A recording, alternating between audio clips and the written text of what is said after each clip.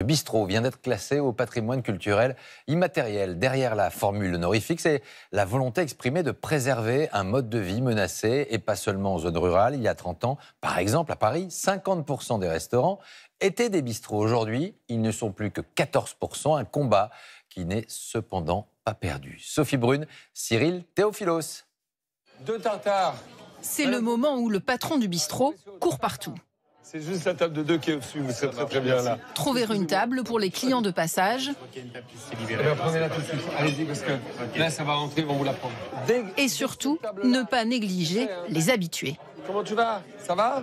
Brigitte? Eh bien, assise ici, hein. Voilà, et voilà Brigitte. Voilà. Toujours à la même table, Brigitte retrouve Alain et Patrick. Ils se sont rencontrés ici il y a une dizaine d'années. En venant comme ça tous les jours pratiquement, d'autres personnes habituées, à force, on se côtoie, on se parle et on se met ensemble, on forme une table et puis voilà, on échange, c'est très très convivial. Convivialité, rencontre, partage. Voilà ce que cherchent les clients, au moins autant que les bons petits plats.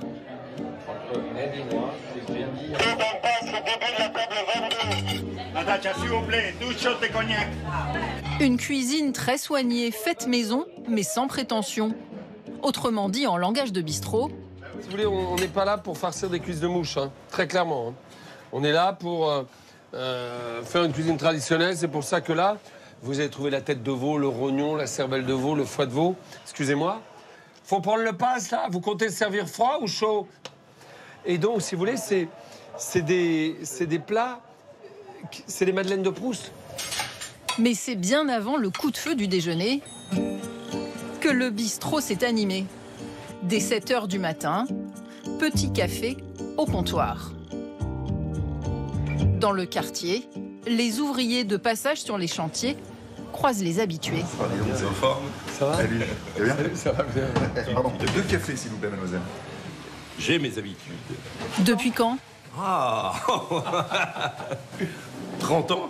Les bistrots et les cafés vivent avec leurs habitués. C'est des, entre guillemets, c'est des actionnaires du bistrot et des cafés. Le bistrot, un lieu ouvert à tous. Et pour Alain Fontaine, une fabrique du vivre ensemble. Vous avez bien regardé quand vous êtes rentré ici, il n'y a pas marqué liberté, égalité, fraternité comme sur les frontons de la République, les immeubles de la République. Et pourtant, c'est ce qui se passe ici concrètement. Hein. Vous avez des ouvriers, vous avez des cadres, vous avez des professions libérales. J'ai de temps en temps des chanteurs ou des chanteuses qui viennent. J'ai des hommes politiques. Un bistrot, un café accueille tout le monde. Un lieu qui crée du lien. En zone rurale, c'est de plus en plus rare. À 60 km de Paris, dans ce village de 600 habitants, c'est le seul commerce encore en activité. Ah ouais, entrez. Bon, c'est gentil de venir nous voir. Ça va, jeune homme? C'est la forme? Depuis 15 ans, Charles-Édouard Barbier se bat pour faire vivre ce bistrot. La table de là, la 6, ça te va? Je te laisse t'installer, je vais prévenir la cuisine. Les habitués n'hésitent pas à faire une vingtaine de kilomètres pour déguster cette cuisine de produits frais et locaux. Une bonne surprise pour ceux qui découvrent l'endroit. Ça fait du bien en fait de retrouver des petits restaurants comme ça. Parce qu'en fait, c'est vrai qu'on en parle, il y a beaucoup de chaînes où on mange des choses qui sont pas forcément, voilà, c'est de l'assemblage, mais là, c'est vraiment très bon. Pour que le lieu reste ouvert toute la journée, le patron multiplie les casquettes, restaurateur, mais aussi postier. Impeccable. Alors, moi là je travaille pas, je vais récupérer mon fils, bah, je suis venue chercher mon recommandé, je récupère mon fils et voilà. C'est top, parce que sinon il faudrait qu'on aille à Babelwed quoi. Relais de poste, point jeu, mais aussi épicerie de terroir. L'objectif est de maintenir la fréquentation. comment va? Très bien, impeccable. Il faut qu'on puisse rester vivant, debout, ouvert. La dernière lumière dans les villages. Le bistrot ici, moi j'y venais quand j'étais gamin. La prédécesseuse est restée 28 ans. Voilà, on est de passage et on est là pour garder l'âme, garder le lieu et garder le lien avec les habitants. En moyenne, il reste un bistrot par commune en France.